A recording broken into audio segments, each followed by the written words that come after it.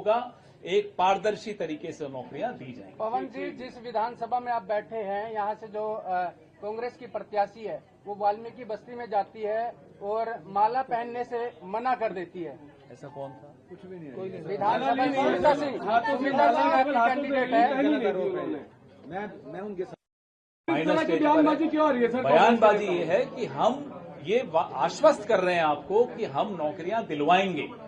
ये नहीं होगा कि अभी इनका नाम लिया तो इन्हीं को मिल गई। उसके लिए पूरा बनाया जा रहा है भर्ती विधान। लोग गलत सोच रहे सर, लोग कोई गलत नहीं सोच रहा। लोगों को समझ में आता है कि जो पिछले 10 साल में पर्चे लीक हुए, नौकरियों में रिश्वतखोरी हुई, वो सब बंद होगा। एक पारदर्शी तरीके से नौकरियां दी जाएंगी। पवन जी, जिस विधानसभा में आप बैठे हैं, यहाँ से जो कांग्रेस की प्रत्याशी है वो वाल्मीकि बस्ती में जाती है और माला पहनने से मना कर देती है। ऐसा कौन था? कुछ भी नहीं। विधानसभा सुमित्रा सिंह कैंडिडेट है।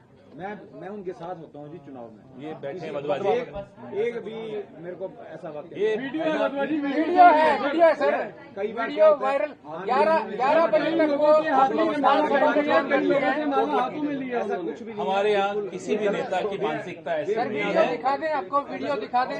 मानसिकता ऐसी नहीं है। सर, नारनौल विधानसभा से शैलजा जी के बारे में भी कुछ ऐसी प्रतिक्रियाएं, ऐसी बयानबाजियां पहले आ चुकी हैं। वो गलत पाई गई।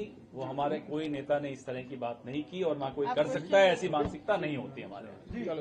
ये भाजपा की मानसिकता है हमारी। 7 वादे पक्के इरादों में ओपीएस का वायदा किया है, लेकिन इस ओपीएस को बंद करने वाली भी कांग्रेस थी। ऐसे में क्या वोट, अगर ये पाया जाए कि लोगों की मांग ये है तो अपना मन बदलने का, अपनी बात बदलने में कोई गलत नहीं होना चाहिए, गुरेज नहीं होना चाहिए। एक जिम्मेदार पार्टी लोगों की सलाह मानकर अपनी फैसले सुनाती है, अपनी गारंटी सुनाती है।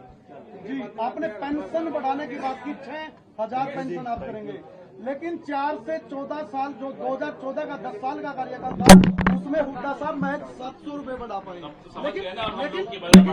लेकिन बीजेपी इस 10 साल में 2,000 पेंशन, यानी 3,000 उसने किया, 1,000।